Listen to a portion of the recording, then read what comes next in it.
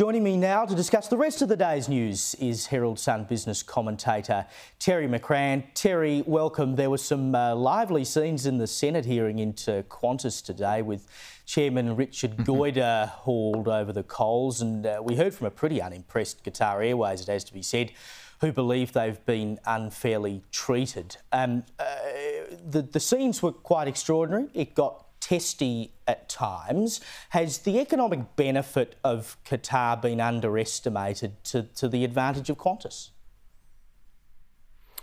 I think undoubtedly, Caleb, clearly the decision on Qatar, you can't blame Qantas for that. You can't blame Qantas for probably lobbying for that decision to be made. Yeah. It was a decision made entirely by the Albanese government for their own purposes, their own objectives, whatever they are. It's almost impossible to know what they are because Catherine King, I think, has given somewhere approaching 10 different versions of the reasons for the decision.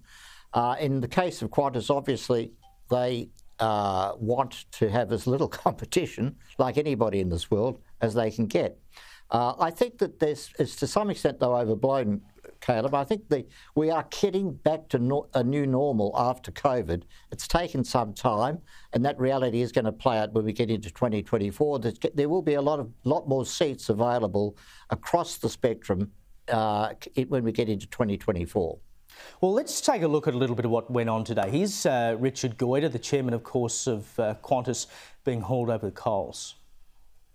All the courts that looked at this said, though, that Qantas had sound commercial reasons for making the judgment. We could not satisfy the reverse onus of proof as to Mr. why we don't. Mr. Goyder, you are avoiding the answer about this was an illegal practice, and you have the hide to say that you apologise for nothing because you made an illegal practice. When a company turns around and carries out an illegal practice, they need to be held to account.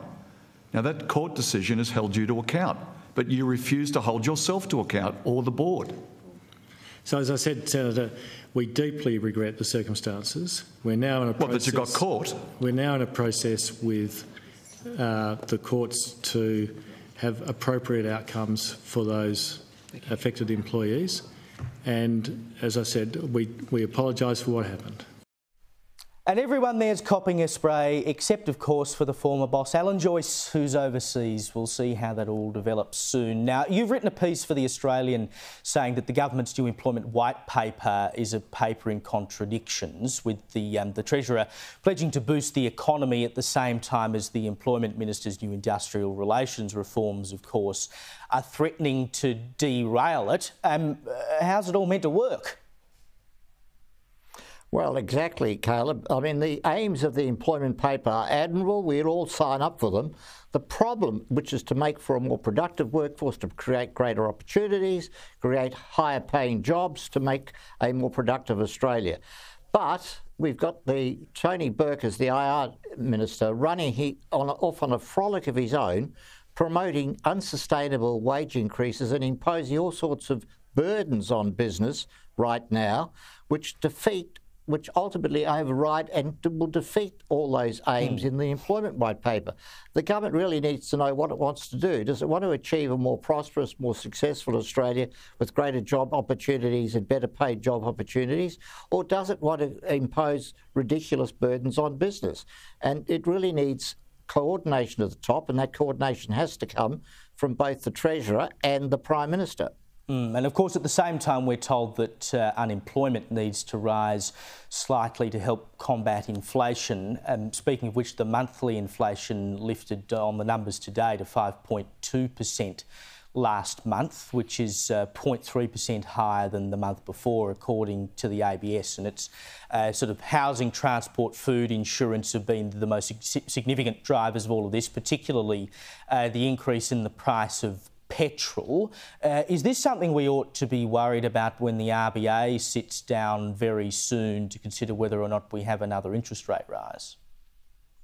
Well, the RBA sits down very soon, Caleb. It's next Tuesday. It's Michelle Bullock's first board meeting as governor. She's obviously sat there as deputy governor through the last year and a half. But no, it's not something that's going to excessively trouble her. She won't be raising interest rates next Tuesday, or rather she won't be recommending to the board to vote to raise interest rates. So there'll be no rate rise next Tuesday. They really want to see, both her and the board more generally, want to see the much broader inflation numbers. These are on the monthly figures. The quarterly figures come out at the end of October, ahead of the Cup Day meeting. That's when the question will be posed more accurately. Exactly. But more importantly, in a way, Caleb, it's what happens in 2024 that's going to be critical.